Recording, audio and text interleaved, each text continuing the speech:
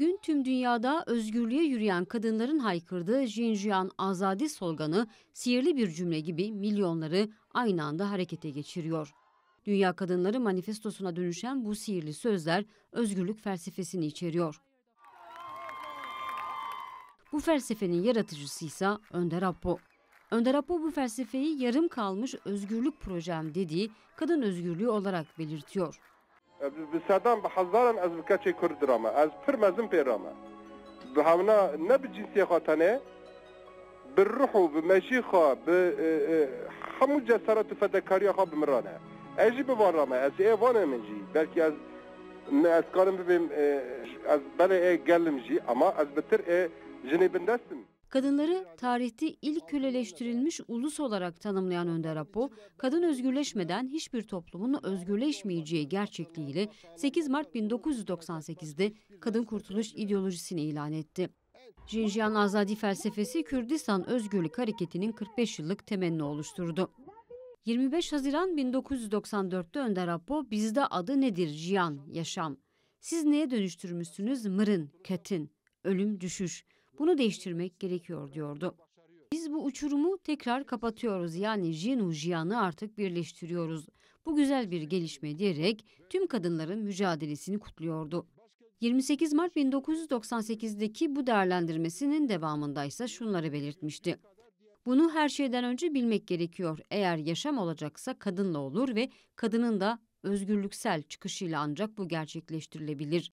Bunun sıradan bir cümle olarak kullanmıyorum. Aksi halde yaşam olmaz, aksi halde insan olunamaz. Aynı yılın 27 Ağustos'unda Önder Apo, biz şimdi kadının yaşam bulmasını istiyoruz demişti. Önder Apo'nun Demokratik Uygarlık Manifestosu'ndaki şu sözleri de dikkat çekiyor. Büyüleyici yaşam burada doğdu. Kürdistan'da Xinjiang kadın ve yaşam olarak gerçekleşti. Yaşam ve kadın adlarını gerçekçi olarak birleştiren bir toplumsal kültürde Xinjiang, Canshen, Cihan sözcükleri hep aynı kökten çıkar ki hepsi yaşam ve kadın gerçekliğini ifade eder. Jin ve Jiyan'ın kadın ve yaşam olmaktan çıktığı koşulların toplumun çöküş ve çözülüşünü yansıttığını hep söylüyoruz. Bu gerçekliği çözmeden ve özgürlük yoluna seferber etmeden adına devrim, devrimci parti öncü ve militan diyebileceğimiz unsurların rol oynayabilmeleri düşünülemez. İşte Xinjiang Azadi sloganının çıkış noktası. Önder Apo'nun bu 3 kelime arasında nasıl bir bağ kurduğunu değerlendirmelerinde görmek mümkün. Xinjiang Azadi sloganı Kürt kadınlarının özgürlük mücadelesinin bir ürünü olarak ortaya çıktı. Bu slogan özgürlük mücadelesi içinde Kürdistanlı kadınların simgesi oldu.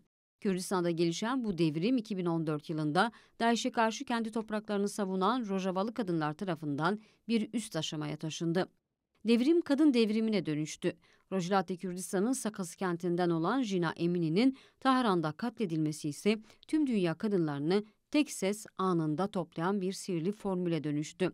İran ve Rojava Kürdistan'da özgürlük ve isyan kıvılcımını ateşledi.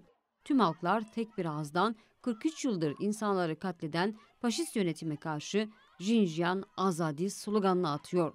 Dünya kadınları Xinjiang Azadi sloganıyla kadın devrimine yürüyor.